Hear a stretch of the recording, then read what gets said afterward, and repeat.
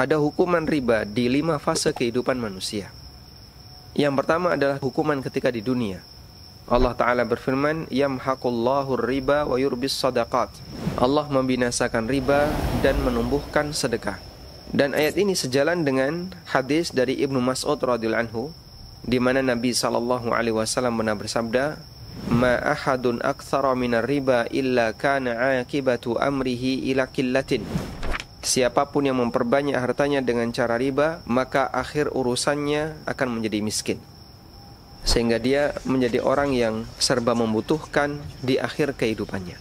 Karena itulah riba memberikan jaminan tidak sejahtera ketika usia senja. Hukuman yang kedua yaitu hukuman di alam kubur. Pemakan riba mendapatkan ancaman hukuman di alam kubur dalam bentuk berenang di sungai darah. Nabi SAW pernah menceritakan mimpinya. Beliau bersabda, kami mendatangi sebuah sungai, yang sungai itu airnya darah. Di sana ada orang yang berdiri di tepi sungai sambil membawa bebatuan, dan satu lagi berenang di tengah sungai. Setiap kali yang berenang di tengah sungai ini mau menepi, maka dia dilempari batu oleh orang yang berada di tepi sungai. Dilempari bukan ke arah badannya, tapi ke arah mulutnya. Lalu batu itu masuk ke dalam mulutnya, kemudian dia balik lagi ke tengah. Dan begitu seterusnya sampai yang dikehendaki oleh Allah Subhanahu wa taala. Ketika Nabi SAW bertanya kepada malaikat, siapakah ini? Maka malaikat menjawab, orang yang kamu lihat berenang di sungai darah adalah pemakan riba. Selanjutnya adalah hukuman di fase kebangkitan. Pada saat manusia dibangkitkan dari alam kubur, Allah berfirman, alladzina ya'kuluna riba la yaqumuna illa kama yaqumul ladzi yatakhabbathu asyaitanu minal mas. Orang yang makan riba tidak dibangkitkan melainkan seperti berdirinya orang yang kemasukan setan karena penyakit gila.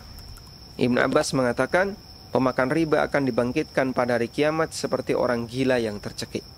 Allah berfirman, dzalika bi annahum qalu innamal bai'u mithlur riba.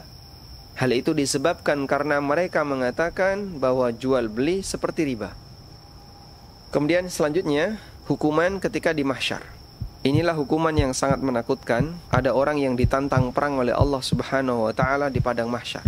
Allah berfirman, fa illam taf'alu fa'dhanu biharbim minallahi wa rasulih. Kalau kalian tidak meninggalkan riba, maka umumkan untuk perang dengan Allah dan Rasulnya.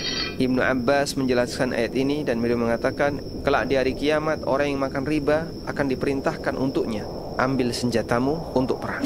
Masya Allah. Di saat semua hamba sangat membutuhkan ampunan dari Allah, namun ada hamba yang mendapatkan ancaman perang dari Allah Subhanahu wa taala. Selanjutnya, yang kelima, hukuman setelah hisab.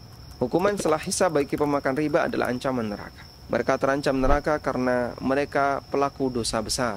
Allah Ta'ala berfirman, وَمَنْ عَادَ فَأُولَئِكَ أَصْحَابُ النَّارِ هُمْ فِيهَا خَالِدُونَ. Tapi siapa yang kembali melakukan transaksi riba, itulah penduduk neraka dan mereka akan mendapatkan hukuman kekal di sana. Semoga Allah Subhanahu wa taala melindungi kita dari semua bahaya riba.